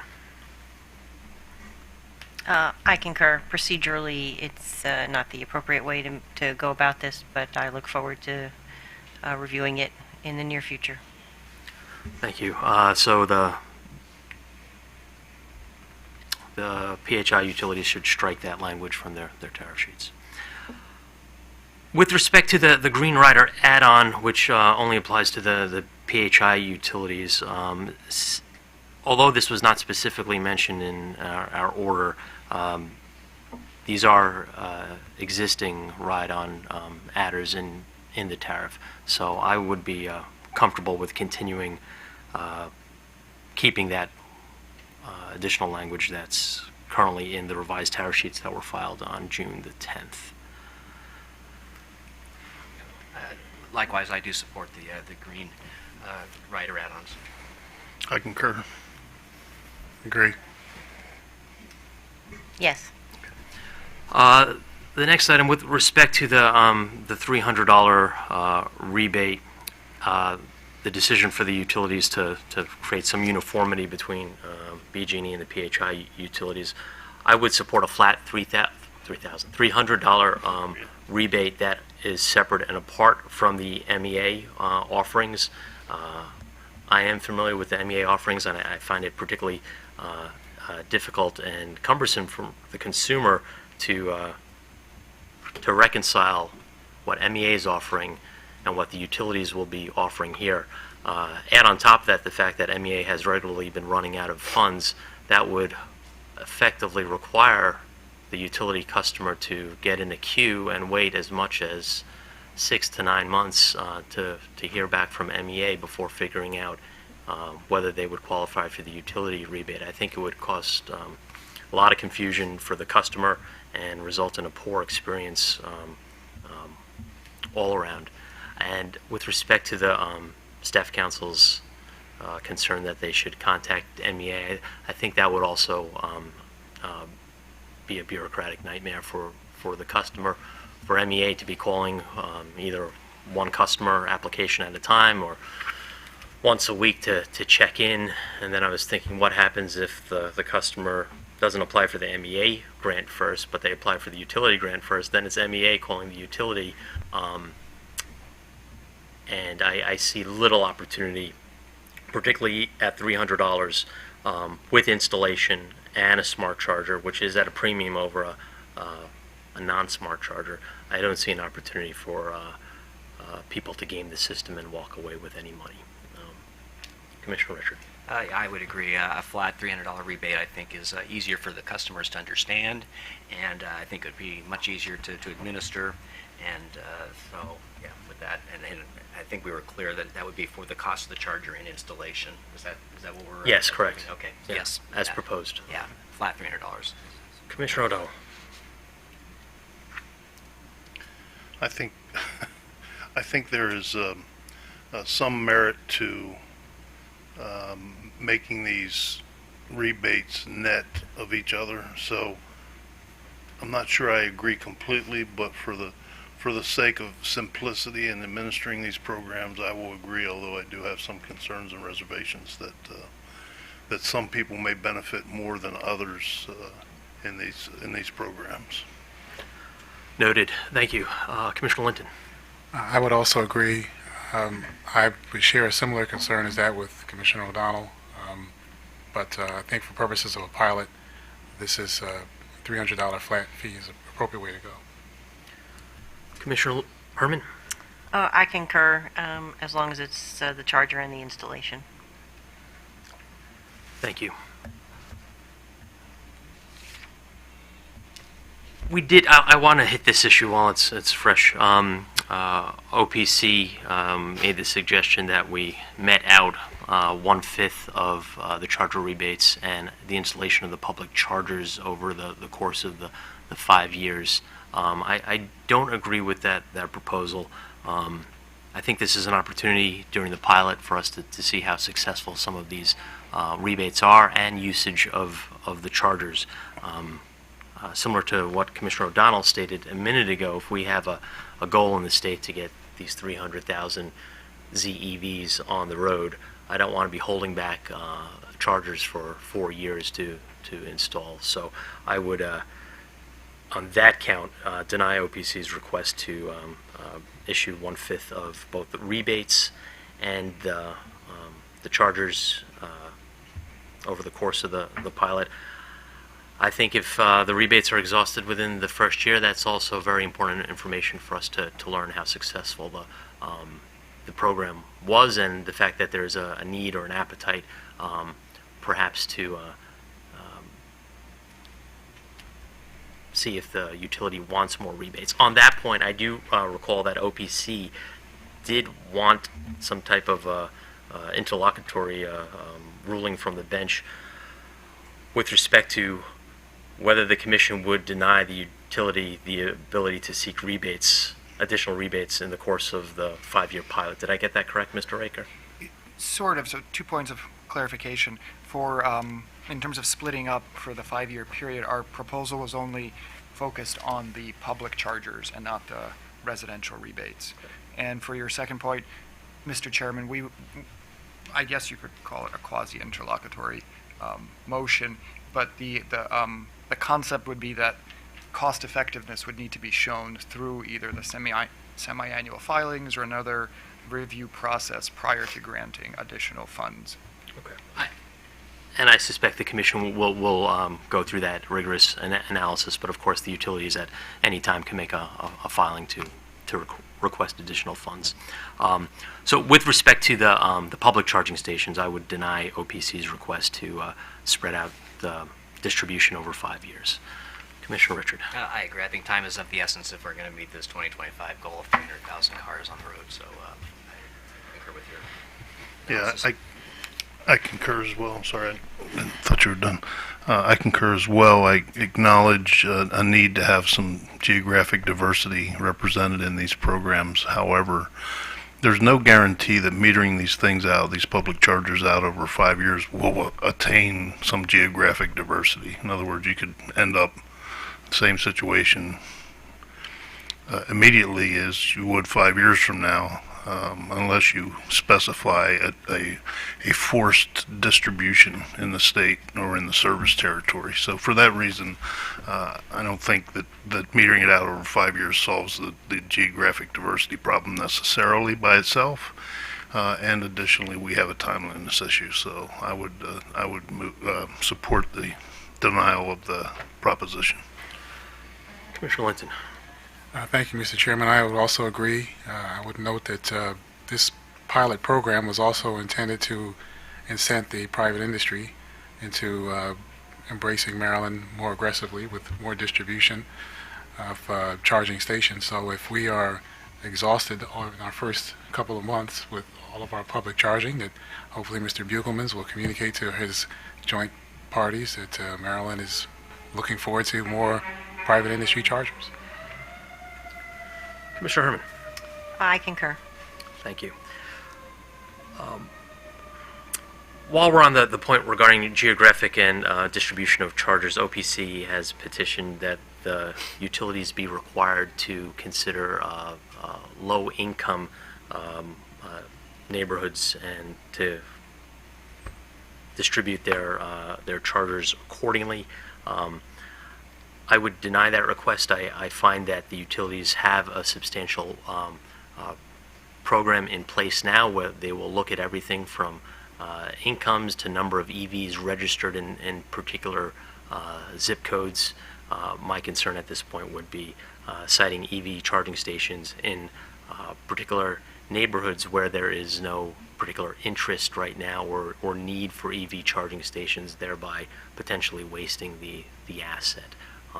So for that reason, I would deny OPC's request on the low-income distribution of chargers. They may very well cite some chargers in these neighborhoods, but that is not necessarily a primary factor. Commissioner Richard.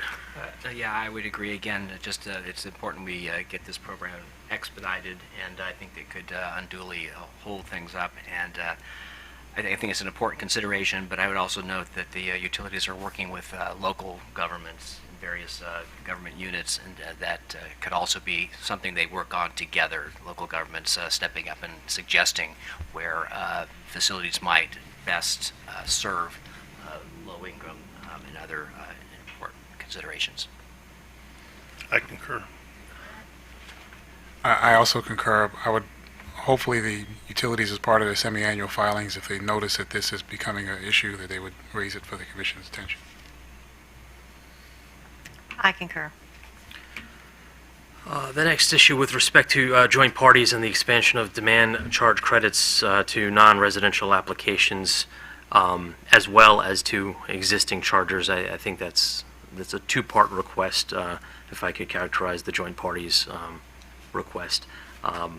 For procedural reasons, as I noted with my exchange with Mr. Bugelmans, I do not find it appropriate for the joint parties at this point to make their request. I did recognize in the joint utilities reply comments that this is an issue that, and it's an important issue. And as an EV driver, I think Mr. Bugelman's made a lot of points that I think about when I'm driving, not to a destination that's other than a gas station, but a waypoint from point A to point B. So I would encourage the chargers to work with the work group and have this discussion in future meetings. With respect to application to existing chargers, I would deny that as well, but on different grounds. The order did not envision, in my opinion, that demand charge credits would apply to charging stations that have already been developed pursuant to a private entity's business plan. And any demand charge credits, I believe, would have to apply prospectively to new charging stations. Commissioner Richard. I would agree on the denial on procedural grounds, but I also think that as a pilot, we need to learn and also to adapt this program as we get new information. So I would also urge to work with the work group and to bring back a proposal, because I think I would be very open to consideration on that point.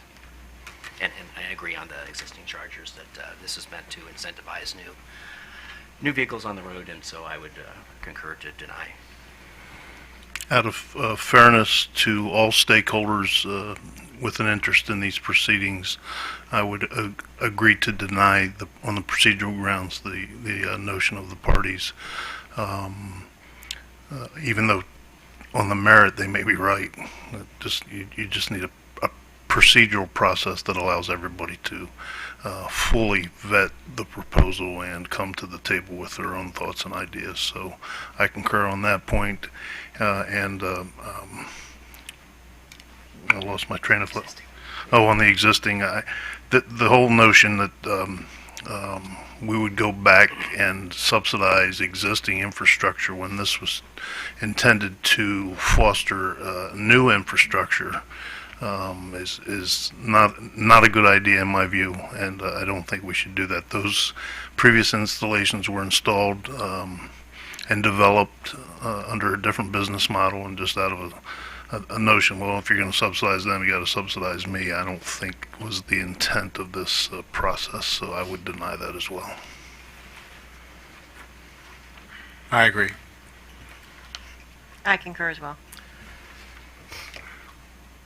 The next item where there was a considerable amount of discussion was with respect to EV charging rates. Mr. Hartman made reference as well to the two charging rates that are being proposed by the utilities. I would support the joint utilities proposal at this time to establish market rates for both its level 2 and its DC fast charging services, and also accept the joint utilities commitments to provide updates in its semi-annual reports that we'll see every 6 months. Noting staff's concern, as Mr. McCullough stated, that at some point we may have to look regarding obviously the cost of the service and whether the market rates are recovering cost of service. Commissioner Richard. I agree on the market rate-based rates, and also agree with staff, though, that after we're through with this incentive period, we should be considering more cost of service rates in the future. But for now, it's important for us to try to help the state meet its goal. I concur. I concur. Yes, I agree.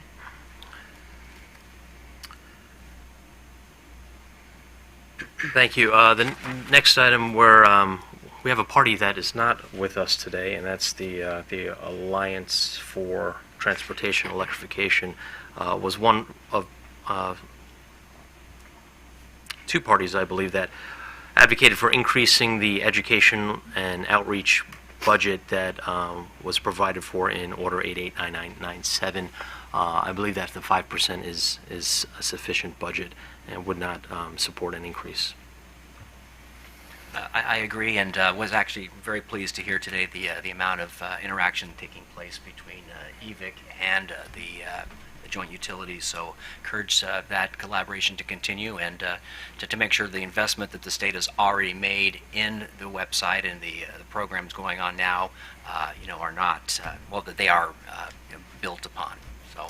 And Commissioner, if I could add to that, like Mr. Hartman, as an EV driver, I feel myself doing a lot of educating on the road as cars pull up to me at red lights and ask questions about, does your car really not use gas? While the utilities have a role to play, I don't necessarily see them in the lead. We do have EVIC. We have a very nice state-sponsored website that I would hope, and as we heard today, funnel through. Sue, do we have a copy of the website that we could pull up on the screen, just for those who haven't seen this before? So this is operated and maintained by EVIC in concert with a number of other state agencies, and I would like to have this unified brand going forward.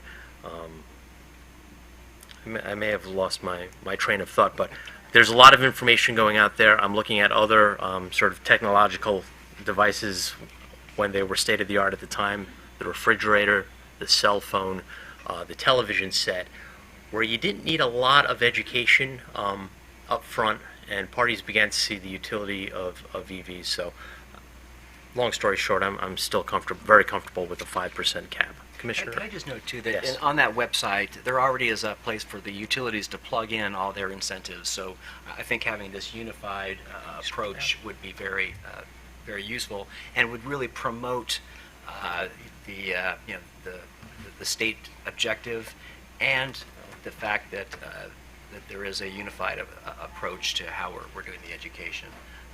So I think it saves money, and I think it helps the consumer avoid confusion. Thank you. Commissioner O'Donnell. I agree. Mr. Chairman, I don't think the foundation's been laid to increase this budget and revisit our previous decision. So on procedural grounds, I would deny the request to increase the budget. And I'll just let it go there. That's enough.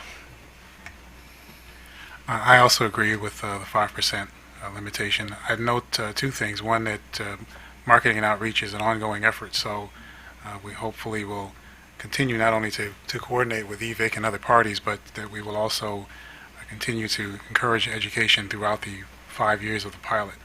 The second thing I note is that on page 7 of the Exelon Joint Utilities presentation, the logo that's used here is EV Smart.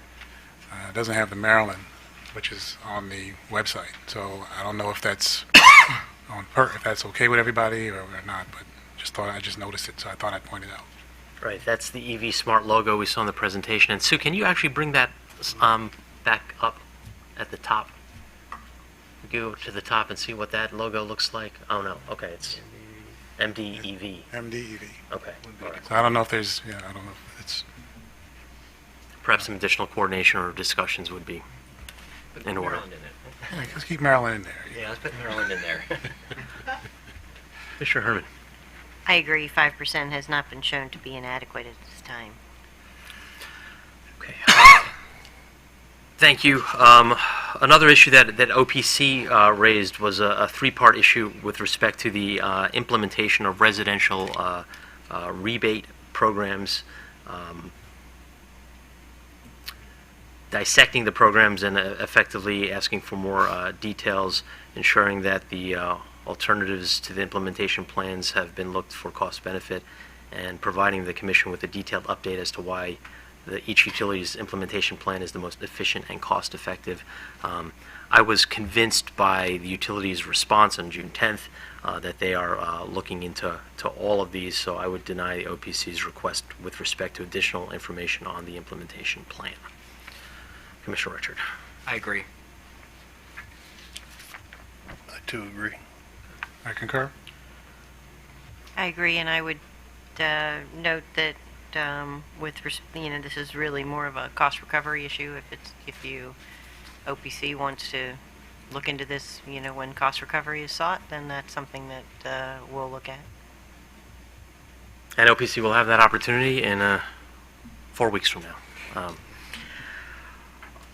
Last item that I have on my checklist, and it may not be all-encompassing, so I would ask my commissioners if there were additional issues that we need to rule on, is with respect to cost recovery, and staff counsel made a few points that all capital assets should be allocated to the appropriate rate classes.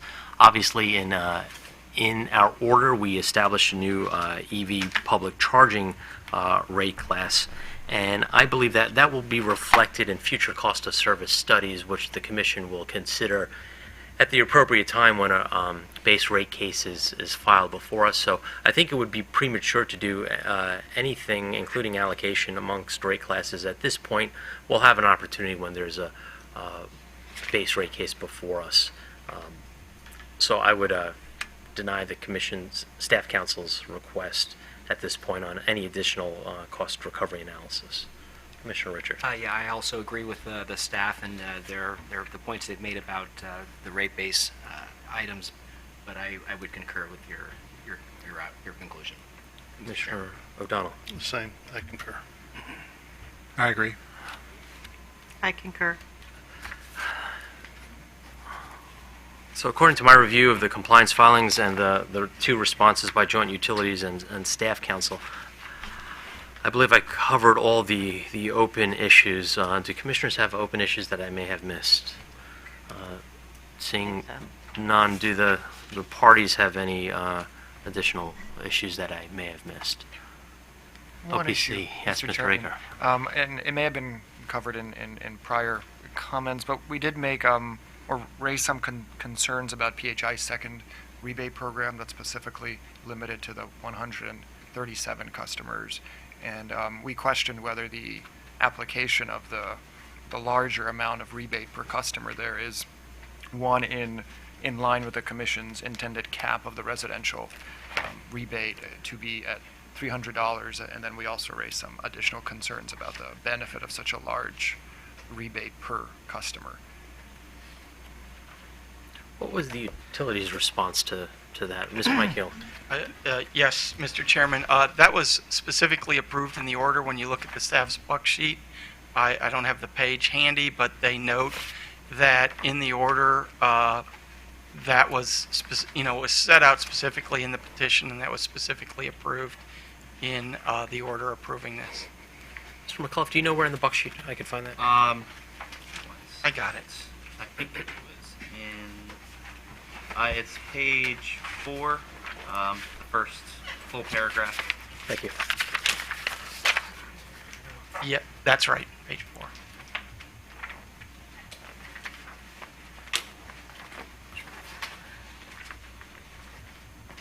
Wait, sorry. Maybe that's not it. Excuse me, sorry. That may not be it. I know it was in our staff comments that the commission did accept these. I don't know that I listed it. Mr. Mike Hill, is this right? The first full paragraph of page 4 of the buck Or sheet? maybe I'm getting the comments with the buck Yeah, sheet it was the confused. staff's I'm sorry. Okay, yeah, we're looking at something else here. Okay. It's the comments. I'll try. Let me to find dig it. those up. Staff comments? Is that Yes. Should have been in the reply comments, I believe.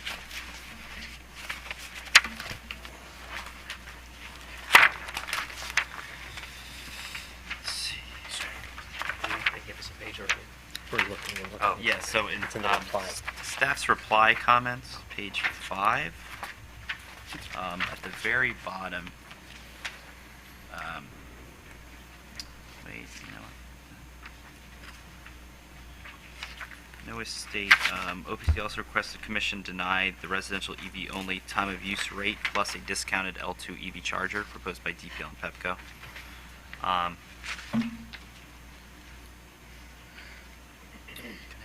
later on, I addressed. So this carries over to page 6. Yeah, so it goes Okay. to page 6. So then it's at the bottom of page 6 where I address that issue. So let's see, it's the 4th line from the bottom. Staff agrees that the EV only time of use rate plus a discounted L2 EV charger program is expensive. However, the commission accepted the discounted L2 residential programs. See order. Page 88, 55. 97, page 55. Yes. Okay, let me look at page 55 of the order.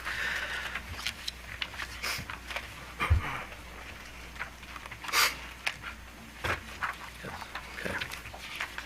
Mr. Raker, I appreciate your argument, but looking back and refreshing myself with the order at page 55 there in the middle, the commission was clear with that respect, so I would deny OPC's motion. Commissioner Richard. Yeah, I think it's important that we encourage people to not only be on the time of use rate, but to use the features, so I agree. I agree. I concur. Okay. Thank you. Hopefully the parties found this to be expeditious. We did not add anything, I believe, to any of the tariff sheets. So for the utilities, it's now incumbent on you to come back with a filing. I believe, based on everything we've discussed today, it would be simply deletions of language from the 3 sets of tariff sheets. With that, I believe we're done, and I would ask for a motion. Yes, Mr. Chairman. I move that we accept the revised tariff pages for filing with an effective date of July 1st, 2019, with the modifications accepted by the Commission today. And we direct the Exelon Joint Utilities to file clean copies of their modified tariff pages with an effective date of July 1st, 2019. Thank you. All in favor? Any opposed? The motion is approved. Seeing no additional business before the Commission, this meeting is adjourned.